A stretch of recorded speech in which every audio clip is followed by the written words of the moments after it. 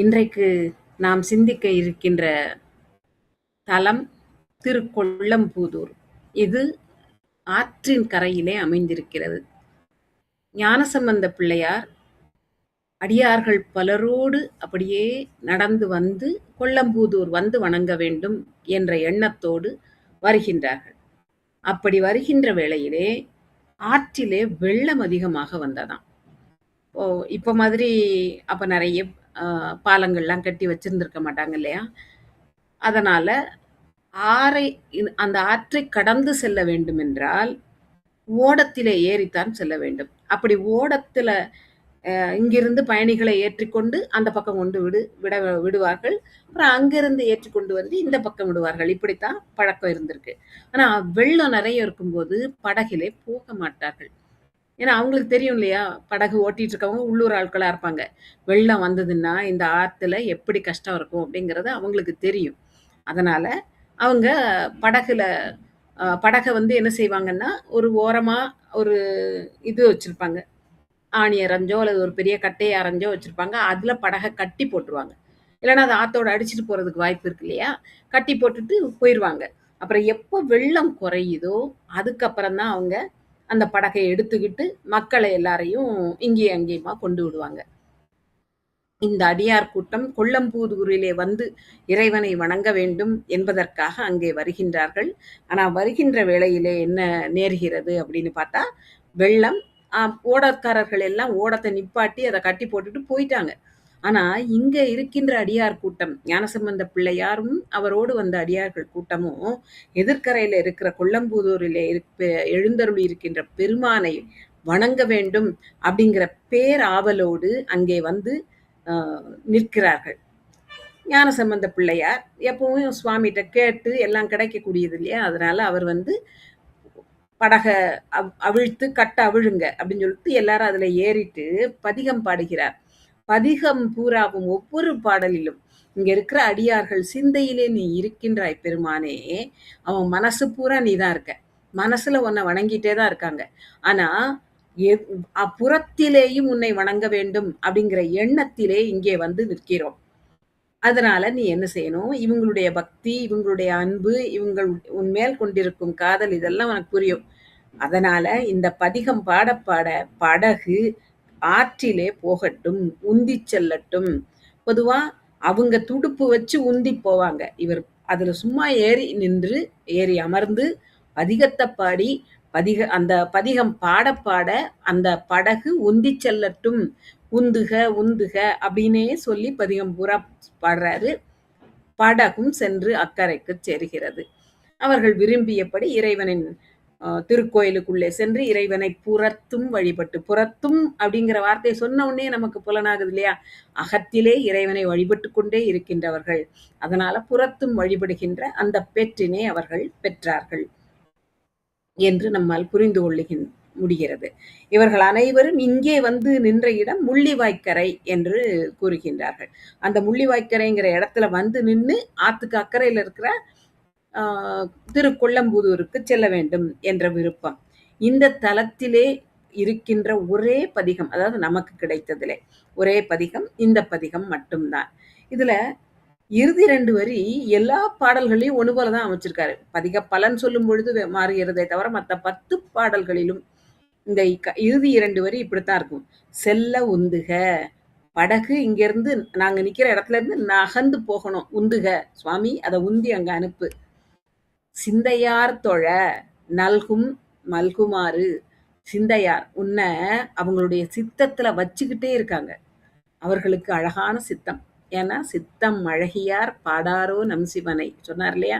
அப்படி அழகான சித்தம் கொண்டவர்கள் தான் உன்னை தங்கள் மனதிலே தங்கள் சித்தத்திலே பதித்து வைப்பார்கள். அந்த கரணம் அப்படின்னு நம்ம படிச்சிருக்கோம் இல்லையா? சித்தாந்தம் படிக்கும் பொழுது அந்த கருவிகள்ல 4. முதல்ல மனம் பற்றும், அப்புறம் புத்தி நிச்சயிக்கும், அகங்காரம் பல்கால் எழுந்திருந்து சிந்திக்கும், அதுக்கப்புறம் சிந்தையில போய் தங்கும். ஏதாவது ஒரு பொருளை பார்க்குறோன்னு வைங்களேன், நம்ம மனசு தான் முதல்ல அதுக்கு பிடிச்சு வரணும். அந்த மனசுக்கு அப்புறம் புத்தி கொஞ்சம் யோசிக்கும், இது வந்து நமக்கு ஏற்றதா, இது நல்லது தானா, இதை வந்து உதவிகரமா இருக்குமா அப்படிலாம் யோசிக்கும். அதுக்கடுத்தாக்குல அகங்காரம் இருக்குல்ல, இது நல்லதா இருக்கலாம், ஆனா எனக்கு நல்லதா? எனக்கு எந்த வகையில உயர்வை தரும்னு என்னுடைய அகங்காரம் சிந்திக்கும். அதுக்கப்புறம் தான் என்னுடைய சிந்தையிலே அதை பொருத்திக் கொள்வேன். அப்படி சிந்தையில பொருந்துகிறதுனால தான் எல்லாமே நம்மோடு இருக்கும்.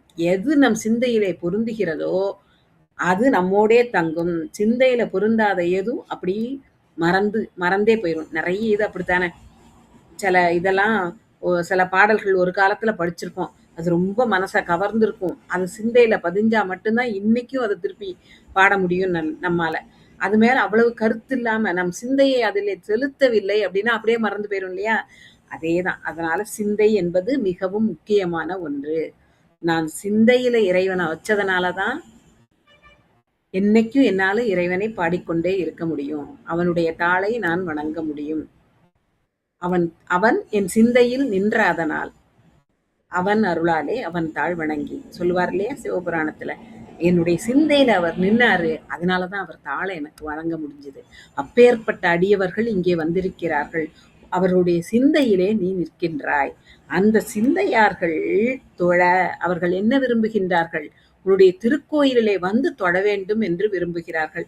என் மனசுலதான் இருக்காரு, அது அப்படியே இருக்கட்டும். அதுக்கு மேல நான் யாரை போய் வணங்கணும்னு அவங்க நினைக்கல. புறத்திலேயும் அந்த வழிபாடு தொடர வேண்டும். அகத்தில் உள்ளது புறத்திலும் தொடர வேண்டும்ங்கிற எண்ணத்திலே தொழ வந்திருக்கிறார்கள். அவங்களுக்கு அந்த வாய்ப்பை நீ நல்க வேண்டும், தர வேண்டும். அதனால நீ அருள வேண்டும். நீ யாரு? நீ எங்களோட உறவினன், எங்களுடைய தலைவன், நம்பன், எங்களோடு ஒருத்தன்.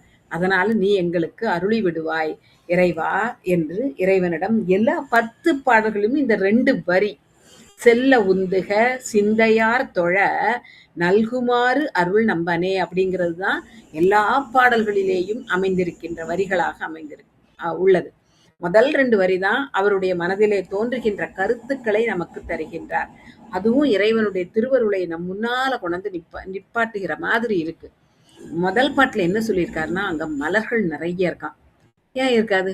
வெள்ளம் வெள்ளம் வரக்கூடிய ஆறுன்னா எப்பவுமே நீர்வளம் நிறைஞ்சிருக்கும் இல்லையா? அப்ப சோலைகள் நிறைய இருக்கும். சோலைகள் இருந்தால் அதிலே பூக்களும் நிறைய இருக்கும். எத்தனை வகையான பூக்கள், நீர்ப்பூக்கள் ஆறு இருக்கு. நீர்ப்பூக்கள் பக்கத்துல நீர்நிலைகள் இருக்கும். அதனால நீர்ப்பூக்கள் கிடைக்கும். கொடிப்பூ இருக்கும்.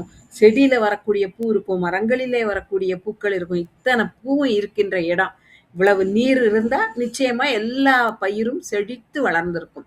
அப்படி செழித்து வளர்ந்திருக்கின்ற தாவரங்களிலே பூத்த பூக்கள் அப்படி மணக்குதான். அந்த இடமே மணக்குதான். அந்த மணக்கக்கூடிய ஊர் எது? கொல்லம்பூதூர். அந்த இடத்திலே இருக்கின்ற திருக்கோயில்ல சுவாமி என்ன பண்றாராம்? நடனமாடிக் கொண்டிருக்கின்றார். நடனத்தை விரும்பி ஆடுகின்ற நம்பன் அங்க இருக்கார்ல, அவரை வந்து வணங்கணும் அப்படின்னு நாங்க நினைக்கிறோம். ஏன்னா அகத்துள் இருக்கின்ற அவரை புறத்தும் வணங்க வேண்டும் அப்படிங்கிற எண்ணம் எங்களுக்கு இருக்கு. அவனை நாங்க வந்து எப்பவும் தியானித்து கொண்டே இருக்கின்ற அடியவர்கள் இவர்கள் எல்லாம். நாங்க உன்னை வந்து வணங்க வேண்டும் என்று விரும்புகிறோம். எனவே இந்த படகு இந்த கரையிலிருந்து அந்த கரைக்கு வெள்ளத்தின் நடுவாக தானாக செல்லும் வண்ணம் ஊந்துக என்று பாடுகின்றார். பாடலை பார்ப்போம். முதல் பாடல். கொட்டமே கமழும். கொட்டம் என்றால் மனம், நறுமணம். கொட்டமே கமழும் கொல்லம்பூதூர் நட்டம் ஆடிய நம்பனை. இறைவன் நடனமாடிக் கொண்டிருக்கின்றான். நடனம் அவனுடைய ஐந்தொழிலையும் நமக்கு உணர்த்துவது இல்லையா? அப்படி அந்த ஐந்தொழிலை விருப்பத்தோடு நடனமாக நமக்கு தந்து கொண்டிருக்கின்றான். நட்டம் ஆடிய நம்பனை உள்க, மனதால் தியானிக்கின்றோம் நாங்கள். அதனால படகு போட்டோம் என்று கேட்கின்றார். செல்ல உந்துக சிந்தையார் தொழ நல்குமாறு அருள் நம்பனே என்று இந்த முதல் பாடலிலே நமக்கு அவர்களெல்லாம் சிந்தையிலே உன்னை வைத்திருப்பவர்கள் என்று அறிமுகம் செய்கின்றார். அடுத்து 2வது பாடலிலே என்ன கூறுகின்றார் என்றால், அந்த ஊரிலே நீர்நிலைகள் நிறைய இருக்கின்றனவாம். ஆத்துல வெள்ளம் வரும்போது இப்படி பக்கத்துல எல்லாம் பெருகத்தானே செய்யும். வாய்க்கால் வழியாக நிறைய இடங்களுக்கு நீர் எடுப்பார்கள் இல்லையா? எல்லா குளங்களும் நிரம்பி இருக்குமா. அப்படி நீர்நிலைகள் நிறைந்திருக்கின்ற இந்த ஊர். இப்ப நீர் இருக்குங்கும் போது பயிர் பச்சை எல்லாம் நல்லா வளர்ந்திருக்கும். வயல்கள்லாம் நிறைய இருக்கான். அப்படி எல்லாம் திகழ்கின்ற இந்த கொல்லம்புகுதூர் இருக்கே, இத விரும்பி நீ வீற்றிருக்கின்றாய். மனதிலே நாட்டம் கொண்டு, இவ்வளவு செழிப்பான ஊர், இந்த ஊர்ல நான் இருக்கேன் அப்படிங்கிற ஆசையோட நீ இங்க வந்து எழுந்தருளி இருக்கின்றாய். உன்ன இந்த அடியார்கள் எல்லாரும் மனதுக்குள்ள தியானித்துக் கொண்டே இருக்கின்றார்கள். மனசுல எப்பவும் நீதான் இருக்கப்பா. அதனால உன்னை பற்றிய சிந்தனை தான் அவர்களுக்கு இருக்கு. அப்படிப்பட்டவர்கள் உன்னை வணங்க வேண்டும் என்று நினைக்கும் பொழுது அதை வணங்க முடியாம போகலாமா? அதனால அவர்களுக்கு நீ இந்த படகை உந்தி அந்த பக்கம் கொண்டு வந்து சேர்ப்பதன் மூலம் அருள வேண்டும். ஏன்னா அவர்கள் சிந்தையில நீ இருக்க, வெளியிலையும் உன்னை வணங்கணும் என்று வருகிறார்கள். 2வது பாடல்ல இதைத்தான் சொல்றாரு. கோட்டகக் கழனி கொள்ளம்பூதூர். கொட்டகம் பக்கத்துல இருக்கின்ற நீர்நிலைகள். வெள்ளம் வரும்போது பக்கத்துல எல்லாம் வாய்க்கால் வெட்டி நீர் எடுத்திருப்பாங்க. அது குளங்கள்ல நிறைஞ்சிருக்கும். கோட்டகக் கழனி கொள்ளம்பூதூர் நாட்டகத்து உரை நம்பனை உள்க செல்ல உந்துக சிந்தையார் தொழ நல்குமாறு அருள் நம்பனே. நல்க வேண்டும், நீ நம்பன், எனவே அருளுவாய் என்று கூறுகின்றார். அப்படி சுவாமிக்கு வந்து நீ இப்படிப்பட்டவன் எங்களுக்கும் தெரியும், இருந்தாலும் சொல்றோம், நீ வந்து எங்களுக்கு அருள வேண்டும் என்று கேட்டுக்கொண்டே இருக்கின்றார். அடுத்து என்ன பாடல் பார்க்கிறோம் என்றால், 3வது பாடலிலே மீண்டும் அந்த ஊரின் செழிப்பை கூறுகின்றார். அங்கே தென்னை மரங்கள் நிறைந்து காணப்படுகின்றன. தென்னை மரங்களிலே குலை குலையாக தேங்காய், இளநீராகவும் தேங்காயாகவும் அங்கே நிறைய இருக்கின்றது. சும்மா கொஞ்சம்லாம் இல்லை, குலை குலையா இருக்குதான். அப்படி இருக்கின்ற சோலைகள், தென்னஞ்சோலைகள் எல்லாம் பக்கத்துல இருக்கு, சூழ்ந்து இருக்கு கொள்ளம்பூதூரை. அப்படி பசுமையாகவும் செழிப்பாகவும் வளத்தோடும் இருக்கின்ற கொள்ளம்பூதிலே நீ எப்படிப்பட்டவன்? எங்களுக்கெல்லாம் தலைவன் நீ. நாங்க யார் உனக்கு அப்படின்னு கேட்டா, நீங்க இப்ப ஏதாவது ஒரு பொருள்னு இருக்கு பார்த்துக்கோங்களேன். அந்த பொருள் வந்து யாராவது ஒருத்தர் நம்ம கையில கொடுக்காங்க அப்படின்னா, இந்த கொடுத்த பொருளை எப்போ வாங்குவாங்களோ தெரியாது. நம்ம கையில் இருக்க வரைக்கும் அதை வந்து சந்தோஷமா மகிழ்ச்சியோட இருக்கும். ஒரு ஒரு புத்தகம் தான் கொடுக்குறாங்கன்னு வைங்களேன், அந்த புத்தகத்தை நம்ம படிச்சுக்கிடணும், சீக்கிரம் படிக்கணும், இல்லை கேட்டுட்டாங்கன்னா திருப்பி கஷ்டம் அப்படின்னு நினைப்போம். அதான் அதே நேரத்தில் காசு கொடுத்து விலை கொடுத்து அந்த புத்தகத்தை நான் வாங்கிட்டேன்னு வைங்களேன், எங்கிட்ட இருந்து இதை யாருமே வாங்க மாட்டாங்க, எங்கிட்ட தான் இருக்கும், அது என்னுடைய உரிமை பொருள் அப்படின்னு நினைப்போம் இல்லையா? அதே மாதிரி தான் நாங்க எல்லாரும் உனக்கு அடிமை என்று இறைவனிடம் கூறுகின்றார். நாங்க அவ்வளவு பேரும் உனக்கு அடிமையானவர்கள். நீ எப்படி விலை கொடுத்து வாங்கிய பொருள் தன்னோடையே இருக்குமோ, அதுபோல நாங்களும் உனக்கு விலை கொடுத்து வாங்கப்பட்ட பொருள் என்பது போலத்தான் உரிமையானவர்கள். அதனால நீ வந்து எங்களுக்கு அருள வேண்டும். எங்களை நீ என்ன வேணா செய்துக்கலாம். சுந்தரமூர்த்தி சுவாமிகள் சொல்லுவார் இல்லையா, விற்றுக்கொள்வீர் ஒற்றி எல்லேன். ஒத்தி வச்ச பொருள் திருப்பி வாங்கிட்டு போக மாட்டாங்க. நான் உனக்கு உரிமை பொருள், என்னை விற்கணும்னா நீ வித்துக்கோ. விற்றுக்கொள்வீர் ஒற்றி எல்லேன் விரும்பி ஆட்பட்டேன் அப்படின்னு பாடுவார் இல்லையா? அதுவும் உருகி உருகி பாடுற பாடல்ல. அதே மாதிரி என்னை நாங்க வந்து உனக்கு உரிமை பொருள், நீ விலை கொடுத்து வாங்கின மாதிரி உள்ள பொருள் நாங்கெல்லாம் அப்படின்னு சம்பந்தமூர்த்தி கூறுகின்றார். மணிவாசக பெருந்தகையும் இதே வார்த்தையை சொல்லுவார் இல்லையா, என்னை ஆண்டுகொள் விற்றுக்கொள் ஒற்றிவை, என்ன வேணா செய்துக்கோ, என்ன நான் உன்னுடைய உரிமை பொருள், அப்படிப்பட்ட அடியவர்கள் நாங்கள் என்று அடியவர்களின் பெருமையையும் தன்னுடைய பெருமையையும் இங்கே இறைவனின் அடியவன், இறைவன் விலை கொடுத்து வாங்கியது போல அவனுக்கே உரிமையுடைய பொருள் நாங்கள் அப்படின்னு கூறுவது போல இந்த பாடலை அமைத்திருக்கின்றார். நீ விகிருதன், எல்லாவற்றிலும் இருந்து வேறுபட்டவன், மாறுபட்டவன், தலைமையானவன், மேலானவன், பரம் ஆனவன் அப்படிங்கிறத சொல்லிட்டு உன்னை நினைச்சுக்கிட்டே இருக்கும், உன்னை தியானிச்சுக்கிட்டே இருக்கும். அதனால இந்த படகு முன்னால செல்லுவதற்காக உந்துக, நீதான் தள்ளிவிடணும்பா என்று பாடுகின்றார். எதுக்கு? சிந்தையில உன்னை பதித்தவர்கள் உன்னை வந்து சேரும் வண்ணம், உன்னை புறத்தும் தொழும் வண்ணம் நீ அவர்களுக்கு அருள வேண்டும். பாடலை பார்ப்போம். 3வது பாடல். புலையினார் தெங்கு சூழ் கொள்ளம்பூதூர் விலையில் விலையில்லாத ஆட்கொண்ட விகிர்தனை. அது நீ வந்து விலை கொடுத்து எங்களை வாங்கிக்கிட்ட, விலை கொடுத்து வாங்கின பொருள் மாதிரி நாங்க. ஆனா எங்களுக்கு உன்கிட்ட வந்ததுக்கு அப்புறம் அது விலை கொடுத்து வேற யாரும் வாங்குறதுங்கிறது நடக்காத காரியம். நீ விலை கொடுத்து எங்களை ஆட்கொண்ட மாதிரி எங்களை ஆட்கொண்டு விட்டாய். விகிர்தன் நீ, விலையில் ஆட்கொண்ட விகிர்தனை உள்க செல்ல உந்துக சிந்தையார் தொழ நல்குமாறு அருள் நம்பனே என்று 3வது பாடல் கூறுகின்றது. அடுத்து 4வது பாடலிலே என்ன சொல்ல வருகின்றார் என்றால், காயைப் பற்றி முதல்ல தென்னங்குலையைப் பற்றி பேசிவிட்டார். இப்பொழுது அங்கிருக்கின்ற பூக்களைப் பற்றி கூறுகின்றார். நீர்நிலைகள் நிறைந்த இடம். முதல் வரியே கொட்டமே கமழ்னு தானே ஆரம்பிக்கிறாரு. மனம் நிறைந்த அப்படிங்கிற பேர்ல. அதே மாதிரி இங்க தனியாக பெயர் சொல்லி ஒரு பூவை கூறுகின்றார். குவளை. கண்கள் மாதிரி இருக்கின்ற பெண்களுடைய கண்களை குவளை கண்கள் என்று கூறுவார்கள் இல்லையா? கண்கள் மாதிரி அது மலர்ந்து இருப்பது கண்ணு திறந்திருக்கிறது மாதிரி இருக்குமா. அப்படி மலர்ந்து இருக்கின்ற குவளை மலர்கள் எல்லாம் இருக்கு. எங்க? கொல்லம்பூதூரை சுத்தி. இறைவன் அங்கிருக்கின்ற இறைவன் வெண்மையான நீர் அணிந்திருக்கின்றானா. அவன் தவள வண்ணன். ஏன்? வெண்ணீறு சன்னித்த மேனியன் என்பதனால் அவன் தவள வண்ணன். பொதுவா அவனை பவளமால் வரைன்னு சொல்லுவோம். ஆனா இப்போ திருநீறு நிறைய பூசி இருக்கிறதுனால அவன் தவள வண்ணன் அப்படின்னு சொல்லுவார் இல்லையா? அதே மாதிரி இங்க வெண்மையான திருநீரை பூசிய தலைவன் அங்கே இருக்கின்றான். அவனை நினைக்க எங்களுடைய படகு அப்படியே உந்திச் செல்ல வேண்டும். ஏன்? மனதிற்குள்ளேயே வைத்து தியானித்துக் கொண்டிருப்பவர்கள் நேரிலும் பார்த்து வணங்க விரும்புகிறார்கள். ஒவ்வொரு திருக்கோயிலிலும் ஒவ்வொரு சிறப்பு இல்லையா? அதான் அங்க பார்த்தாச்சே, இந்த கோயில்லையும் போய் பார்க்கணுமா அப்படிங்கிற பேச்சுக்கே இடமில்லை. அந்த கோயில்ல பார்த்தா அது ஒரு அழகு, அது ஒரு அருமை. இந்த கோயில்ல வணங்கும் பொழுது இது இன்னொரு வகையான பெருமை, அருமை. அது நமக்கு கொடுக்கக்கூடிய மகிழ்ச்சியே வித்தியாசமானது. ஒவ்வொரு தலத்துக்கும் ஒரு சிறப்பு. அதே மாதிரி கொல்லம்பூதூர் இறைவனை போய் பார்க்க வேண்டும் என்ற எண்ணத்திலே இவர் வணங்குகின்றார். அப்படி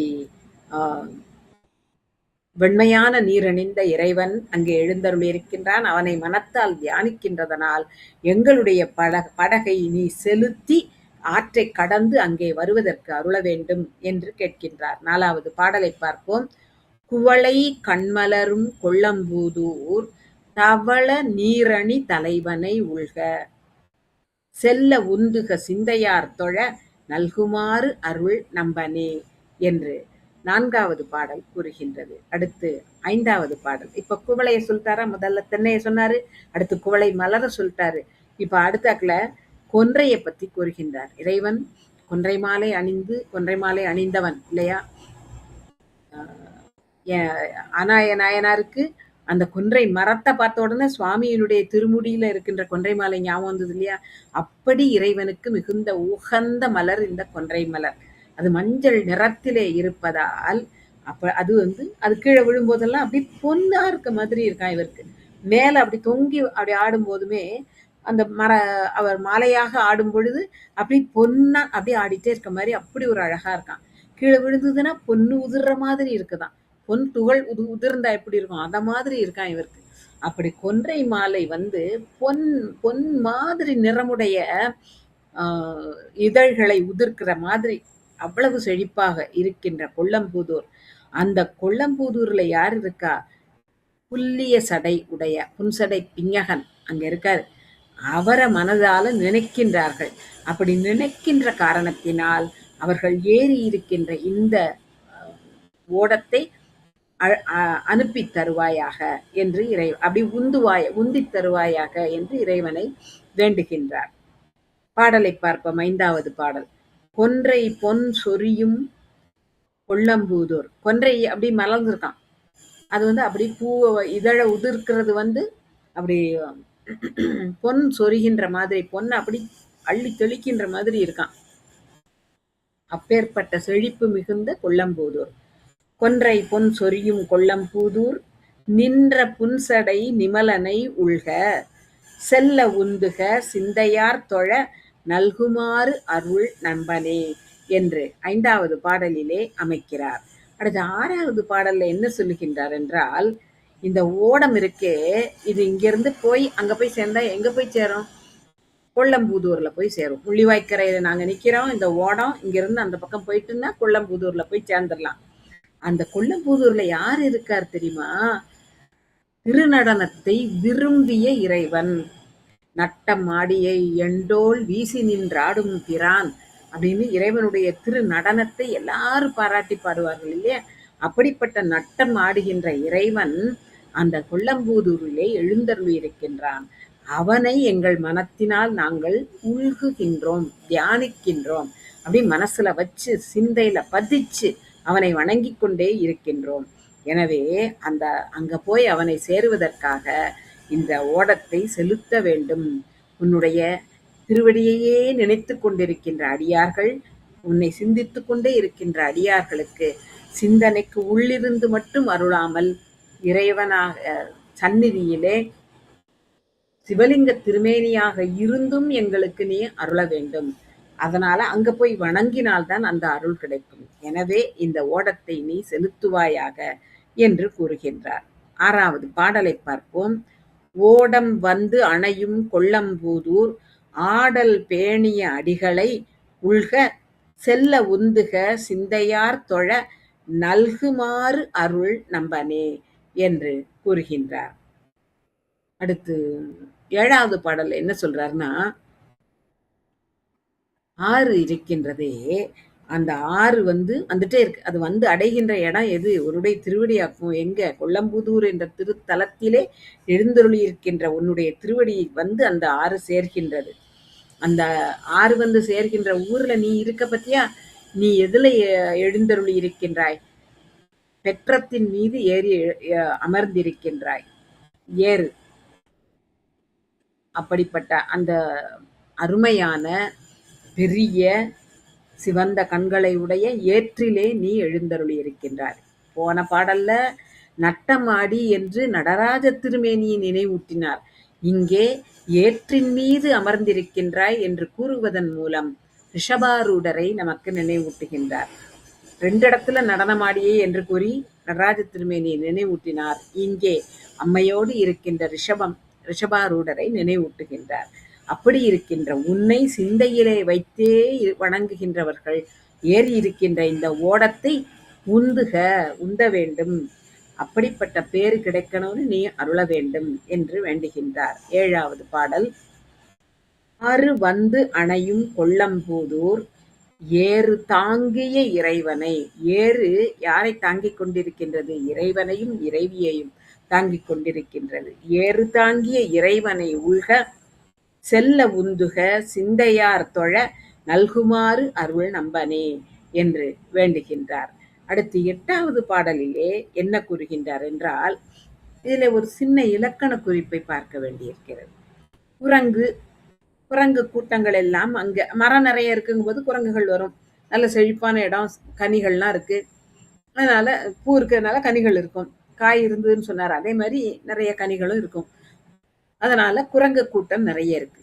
அந்த குரங்கு கூட்டத்தை குரங்கினம்னு சொல்லல, குரக்கினம் என்று கூறுகின்றார். இது எப்படி அப்படின்னா, சிலம்பு கூட்டல் அதிகாரம் அப்படிங்கிறது சிலப்பதிகாரம்னு மாறுச்சு இல்லையா? அதே மாதிரி. அதாவது இந்த இதுல குரங்குங்கிறதுல மெல்லினம் இருந்தது. இதோட சேரும் பொழுது இன்னொரு வார்த்தை வந்து சேரும் பொழுது அது வல்லினமாக மாறிவிடும். குரங்கு கூட்டல் இனம் குரக்கினம் என்று அமைக்கின்றார். இதற்கு வாய்ப்பு இருக்கு. எப்படி? சிலம்பு கூட்டல் அதிகாரம் சிலப்பதிகாரம். இம் என்பது இப்பாக மாறிச்சுல, அதே மாதிரி இங்க அப்படி மாறி வருகின்ற அந்த சொல்லை இங்கே கையாண்டிருக்கின்றார். அந்த குரங்கு கூட்டங்கள் எல்லாம் அங்க இருந்து குதியாட்டம் போட்டு சத்தம் போட்டுட்டு கிடக்கு. செழிப்பு, அவங்களுக்கு தேவையான உணவு அங்க கிடைக்கும். அதனால அங்கேயே இருக்கு, அந்த ஊர்லயே இருக்கு. அப்படிப்பட்ட கொல்லம்பூதூர்ல இருக்கின்ற இறைவன் என்ன செய்திருக்கான்? அரக்கனை கோபப்பட்டு தண்டனை கொடுத்திருக்கின்றான். யாரு? ராவணனுக்கு. இவர் 8வது பாடல்ல எப்பவும் ராவணனை பற்றிய குறிப்பை தருவார் இல்லையா ஞானசம்பந்த பிள்ளையார். அதே மாதிரி இங்கேயும் ராவணனை நினைவூட்டுகின்றார். அவன் தன்முனைப்போடு மலையை பெயர்க்க முயன்றதால் அவன் மேல கோபப்பட்டான் இறைவன். பகைமை கொண்டு கோபப்பட்டு அவனுக்கு தண்டனையும் கொடுத்தான் இறைவன். அதை நினைத்து மனதிலே உள்க வேண்டும், மனத்திலே அப்படி தியானிக்க வேண்டும். ஏன்னா தன்முனைப்போடு இருந்தா இறைவன் கோபத்திற்கும் நாம் ஆளாக்கி விடுவோம். அதை நினைவுல வச்சுக்கப்பா. எப்ப பார்த்தாலும் வெறுமனை இறைவனை நினைக்காத. இப்படி செய்தா நல்லது கிடைக்குங்கிறது நினைக்கும் போது இப்படி இந்த மாதிரி செய்துட்டோம்னா அதுக்கு தண்டனையும் கிடைக்கும் அப்படிங்கிறதையும் நாம தெரிஞ்சு வச்சுக்கணும். இதை மட்டும் நல்லதை மட்டுமே தெரிஞ்சு வச்சிருக்கோம்னு வைங்களேன், தீயது வரும்போது நல்லதுதான் எல்லாங்கிற நினைப்புல நாம இருக்கும்போது தீயதையும் நல்லதாக நினைச்சிருவோம். அப்படி கூடாதுங்கிறனால 2 பக்கமுமே சொல்லி வைக்கிறது நல்லது. இப்போ ஒரு பரீட்சை எழுத போறோம் அப்படின்னா, அந்த 10வது வகுப்பு, 12வது வகுப்பு, கல்லூரி இதெல்லாம் குடுக்கும்போது முதல்ல பேப்பர் குடுத்துருவாங்க. இப்படி திருப்பின உடனே பக்கத்துல செய்ய வேண்டியவை, செய்யக்கூடாதவை அப்படின்னு இருக்கும். இப்படியெல்லாம் செய்யணும், இப்படியெல்லாம் செய்யக்கூடாது அப்படின்னு. செய்ய வேண்டியதை மட்டுமே தெரிஞ்சுட்டு இருந்தோம்னா, செய்யக்கூடாதவை தெரியாம போயிரும். அதனால செய்ய வேண்டிய இறைவனை உள்கணும் அப்படிங்கிறத சொல்லி கொடுக்காரு. நீர் அணியணும் அப்படிங்கிறத சொல்லி கொடுக்காரு. நட்டமாடியை தரிசிக்கணுங்கிறத சொல்லி கொடுக்காரு. ஏறு தாங்கி இறைவனை தரிசிக்கணும் அப்படிங்கிறத இறைவனை வணங்க வேண்டும்ங்கிறத சொல்லி கொடுக்காரு. அரக்கன் மாதிரி தன்முனைப்போடு இருக்காதீர்கள் அப்படிங்கிறதையும் நமக்கு சொல்லிக் கொடுக்கின்றார். அப்படி அதுக்காகத்தான் ஒவ்வொரு பதிகத்திலையும் அரக்கனை பற்றிய செய்தியை நமக்கு கூறுகின்றார். அந்த அரக்கனுக்கு தண்டனை கொடுத்தவன் யாரு? இறைவன். அவன் ஆதி. ஆதியும் அந்தமும் இல்லாத அருட்பெருஞ்சோதிதான் அவன். ஆனாலும் அவன்தான் எல்லாவற்றிற்கும் ஆதி. ஆதி முதல்வன் அவன். அவனை ஆதி என்று அழைக்கின்றார். அப்படிப்பட்ட ஆதியை மனத்தால் உள்கி வணங்குகின்ற இந்த சிந்தையால் தொழுகின்ற இந்த அடியார்கள் செல்ல வேண்டும் என்பதற்காக படகை உந்துக என்று இறைவனிடம் இந்த 8வது பாடலிலே வேண்டுகின்றார். பாடலை பார்ப்போம். குரக்கினம் பயிலும் கொள்ளம்பூதூர் அரக்கனை செற்ற ஆதியை ஆதியை உள்க செல்ல உந்துக சிந்தையார் தொழ நல்குமாறு அருள் நம்பனே என்று வேண்டுகின்றார். அடுத்து 9வது பாடலிலே என்ன கூறுகின்றார் என்றால், 9வது பாடலிலே எப்பொழுதும் திருமாலையும் பிரம்மனையும் நினைவூட்டுவார் இல்லையா? அதே மாதிரி இங்கேயும் அவர்கள் இருவராலும் இறைவனின் அடியையும் முடியையும் காண முடியாமல் போனது அப்படிங்கிறத நினைவூட்டுகின்றார். இந்த ஊர்ல தண்ணி நிறைய இருக்குன்னு பார்த்துட்டோம், காய் பார்த்துட்டோம், அப்புறம் மலர்கள் பார்த்துட்டோம், அப்புறம் அது குரங்கினங்கள் எல்லாம் இருக்குன்னு சொல்லிட்டாரு. அடுத்தாக்க இன்னொன்னு என்ன சொல்றாரு இப்போன்னா, அந்த ஊர்ல தண்ணி நிறைய இருக்கிறதுனால வரால் மீன்கள் எல்லாம் அப்படி நல்ல சாப்பாடு, தண்ணி, செழிப்பு எல்லாம் இருக்கிறதுனால பருத்து போய் காணப்படுகின்றன. பெரிய பெரிய வரால் மீன்கள். இப்ப பெரிய மீன்கள் இருக்கு அப்படின்னா, தண்ணி நிறைய இருந்தா தான் பெரிய மீனெல்லாம் இருக்க முடியும். அப்படி துள்ளி துள்ளி விளையாடிட்டு இருக்காங்க. அப்படி ஒரு சந்தோஷமான வாழ்க்கை மீனுக்கு கூட. அப்படி செழிப்பு இருக்கிறதுனால அந்த மீன்கள் கூட துள்ளி துள்ளி குதித்து கொண்டிருந்தன அந்த கொல்லம்பூதூரிலே. அங்க இருக்கின்ற பெருமான் அவன் எவ்வளவு பெருமை வாய்ந்தவன் தெரியுமா? நீ பார்க்கணும்னு ஆசைப்படுற. நமக்கு சொல்றாரு, நீ அகத்திலே நினைக்கிறதுனால புறத்திலும் வணங்கணும்னு நீ நினைக்கிறல்ல, அவன் சாதாரணப்பட்டவன் இல்லை. திருமாலும் பிரம்மனும் தேடியும் தேடோனா தெய்வம் அவர். அவங்க 2 பேரும் அடியை முடியையும் பார்க்கணும்னு அப்படி நின்னாங்க. ஆனா பார்க்க முடியவில்லை. அவர்கள் காண்பதற்கு அரிதானவன் அவன் அப்படின்னு சொல்லிட்டு அதுக்கு உள்ள இருக்கிற குறிப்பு என்ன? அவர்கள் தன்முனைப்போடு தேடியதால் பார்க்க முடியல. தன்முனைப்பை தவிர்த்து விட்டு எல்லாம் இறைவன்தான், இறைவனுடைய திருவடிதான் எனக்கு துணை அப்படிங்கிற நினைப்போடு நாம போனா நமக்கு நிச்சயமாக இறைவன் நமக்கு அவன் தரிசனம் தருவான். சிந்தையால் மூழ்கினால் அவனுடைய தரிசனம் கிடைக்கும். அகத்தும் புறத்தும் வணங்கினால் அவன் தரிசனம் கிடைக்கும். தன்முனைப்பை மறந்து நான் என்ற எண்ணத்தை மறந்து வணங்க வேண்டும் என்பதற்காக இந்த புராணத்தை தன்னுடைய பதிகம் தோறும் வைக்கின்றார். இங்கே 9வது பாடலிலேயும் இதிலையும் வைத்திருக்கின்றார். அவர்களுக்கு அரிதானவன் அவனை நாங்கள் சென்று வணங்க வேண்டும். எனவே இந்த படகை நீ உந்தி தள்ளுவாயாக என்று இறைவனிடம் வேண்டுகின்றார். 9வது பாடல். பருவரால் வரால் மீன் உகழும் உகழுதல் துள்ளுதல் அப்படிங்கிற பொருள். உகழும் கொள்ளம்பூதூர் இருவர் காண்பரியான் இருவர் திருமாலும் பிரம்மனும் இருவர் காண்பரியான் கழல் உகழ உள்க அவன் இறைவனுடைய கடலை உள்கிக் கொண்டே இருப்பவர்கள் செல்ல உந்துக சிந்தையார் தொழ நல்குமாறு அருள் நண்பனே என்று 9வது பாடலிலே கூறுகின்றார்.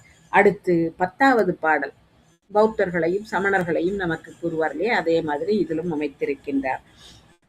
இங்கே எப்படி இருக்கின்றன அப்படின்னா, வயல்கள் எல்லாம் நீர் நிறைஞ்சு காணப்படுதான். நீர் நிறைய இருந்ததுன்னா நல்ல செழிப்பான பயிர் வளம்.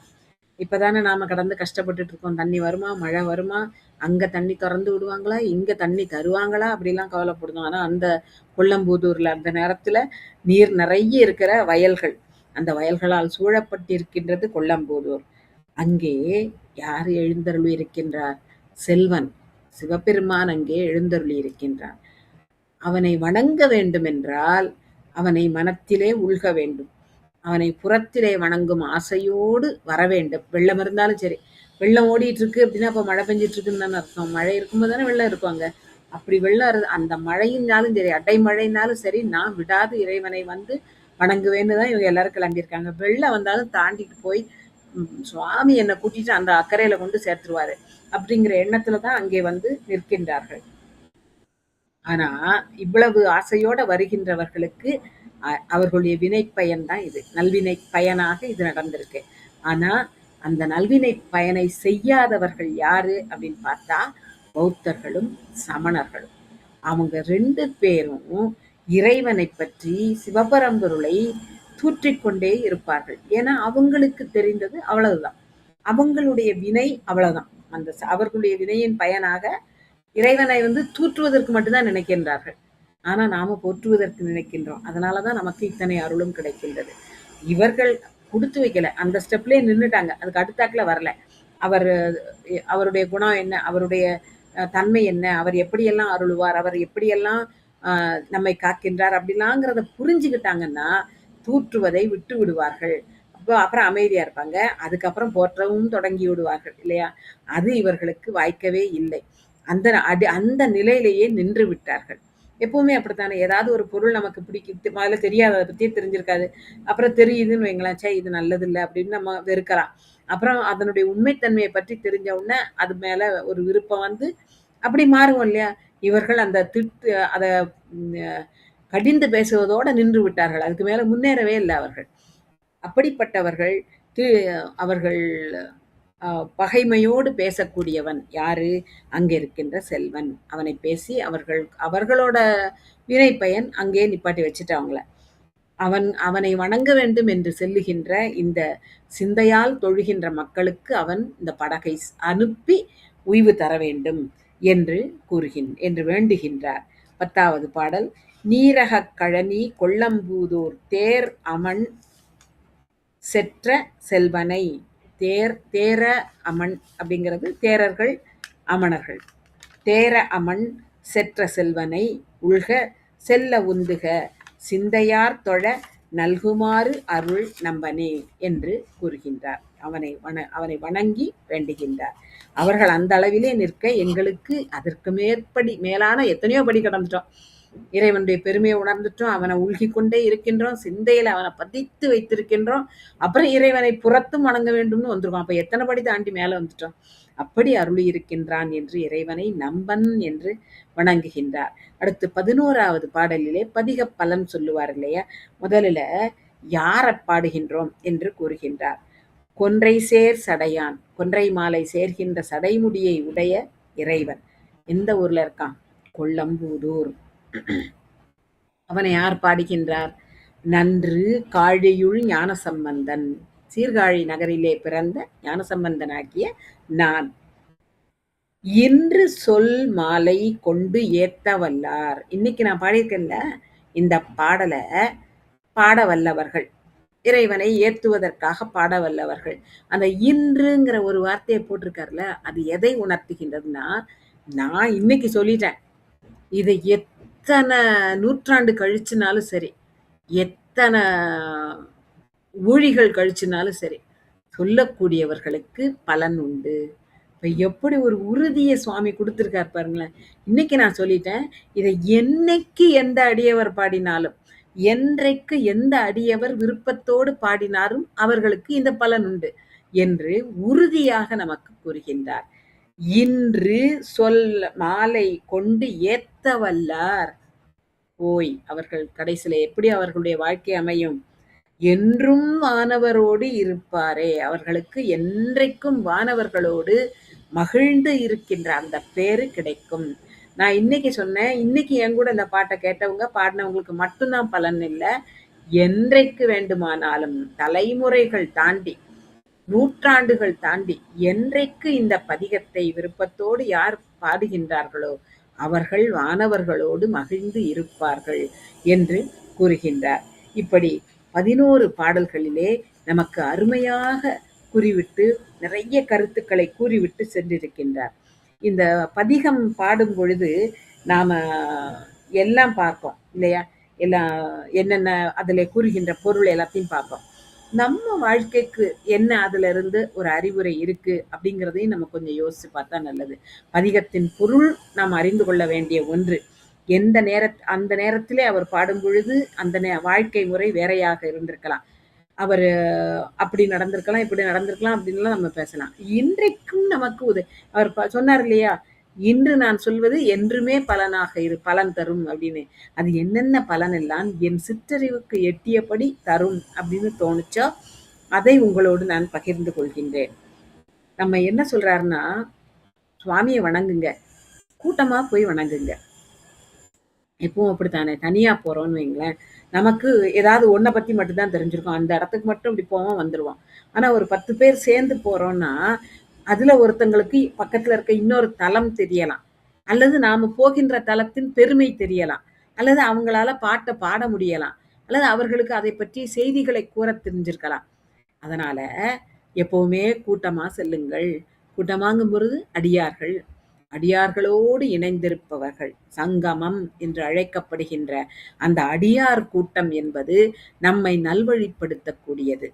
இந்த உயிர் எல்லா உயிர்களும் சார்ந்ததன் வண்ணமாம் தன்மை.